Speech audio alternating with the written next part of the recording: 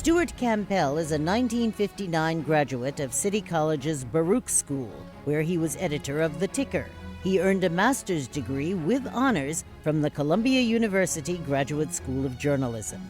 He worked part-time in the newsroom at the New York Times until he became a temporary replacement for a caption writer and picture editor.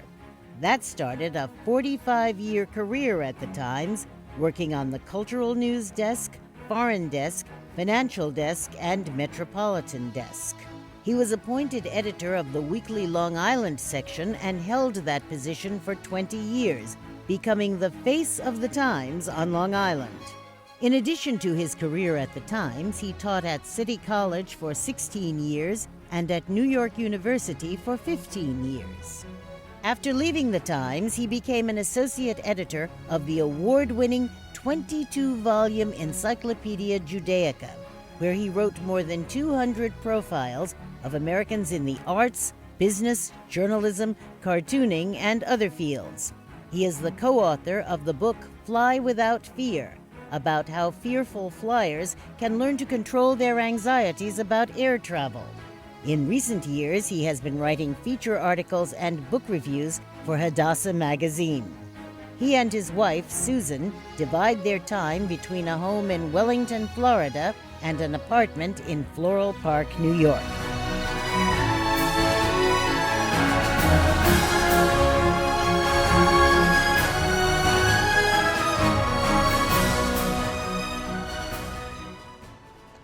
Good evening.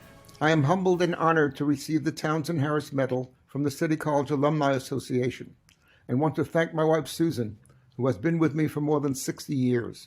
Yes, we met at a City College houseplant party when each of us was just out of kindergarten.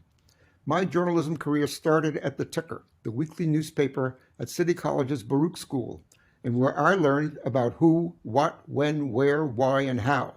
Not only did I learn the rudiments of journalism, facts, facts, facts, and accuracy, accuracy, accuracy, but I learned what journalism means, that it has roots in the United States Constitution, that freedom of the press is a cherished right and responsibility, and that there are causes worth fighting for. There was a heritage at the Ticker of people who cared, people who thought of the underprivileged and were willing to speak out and champion their plight, people who saw injustice in society, people who were willing to take a stand and argue and explain their positions. I became editor-in-chief of the Ticker in my junior semester. Between my junior and senior years, I applied for a job at the New York Times. Unbeknownst to me, the same day an ad appeared in that paper looking for office boys. To weed out the millions of applicants, we took a spelling test. I must have passed because the interviewer asked if I minded working in the late afternoon. No, I said, and I was hired as a messenger out of the newsroom. A few weeks later, the same interviewer offered me a job as a part-time assistant to the secretary to the foreign news editor, who had just won a Pulitzer Prize. From then on, I filed correspondence scrupulously, using my knowledge of the 26 letters of the alphabet to put everything in proper order. I also typed letters and met visiting correspondents. After a few months, I applied to the Columbia Graduate School of Journalism and asked the foreign editor for a recommendation. He was a J School graduate and head of the Alumni Association that year, so I had made a good choice. After graduation with honors and marriage, the Times offered me a position on the picture desk, where I learned to crop pictures. I wrote captions for the advance obituary of John F. Kennedy, who was assassinated a few weeks later. In March 1961, I enlisted in the U.S. Army and served 6 months of active duty, the last 3 at Fort Sam Houston in San Antonio, Texas. Returning to the Times, I spent some time on the reserve news desk, editing fillers for the first edition. In 1964, a Times copy editor was taking a position in Germany, so I guessed that the editing class at City College would need a new instructor.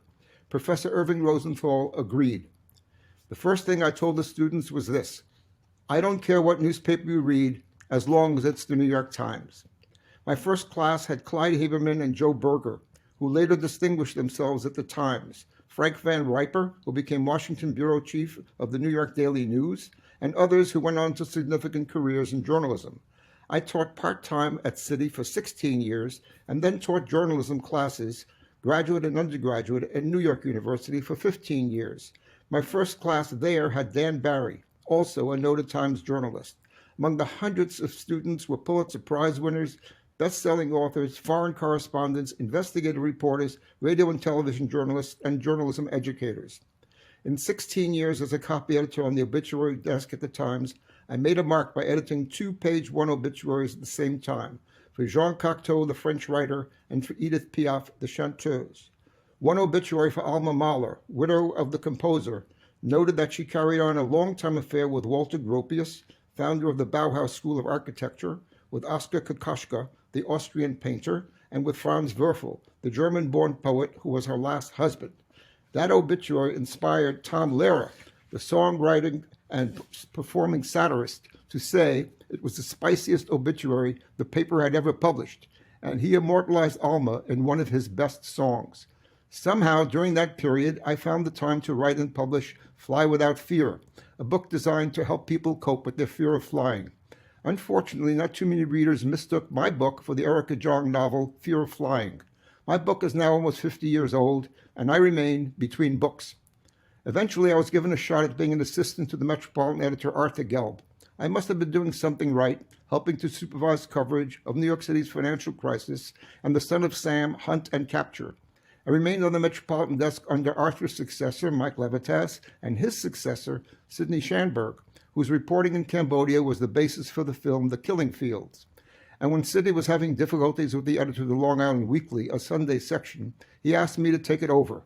By that time, we were living on Long Island with our 3 daughters, and I was a logical choice. I thought I would do it for a year or 2. That turned out to be 20 years. I became the face of the New York Times on Long Island, attending legislative meetings, art openings, book signings, governmental functions, etc. I even rang a freedom bell to mark the 300th anniversary of Suffolk County. At the Long Island section, I introduced extensive cultural coverage, had a lively opinion page where I published one of the first articles about AIDS, printed personal columns by well-known Times writers, met Billy Joel, Harry Chapin, and Paul Simon, accompanied our restaurant critic for appraisals, and learned lots of things about the Long Island Railroad. And nowadays, I review fiction and nonfiction for Adasa magazine. So here we are, and I like to think we're still going strong. City College, the Times, my marriage and family, 3 fabulous daughters, 3 accomplished sons-in-laws, and 9 glorious grandchildren. Thank you, thank you, thank you. In you, Steward Kampel, your alma mater has particular reason to rejoice.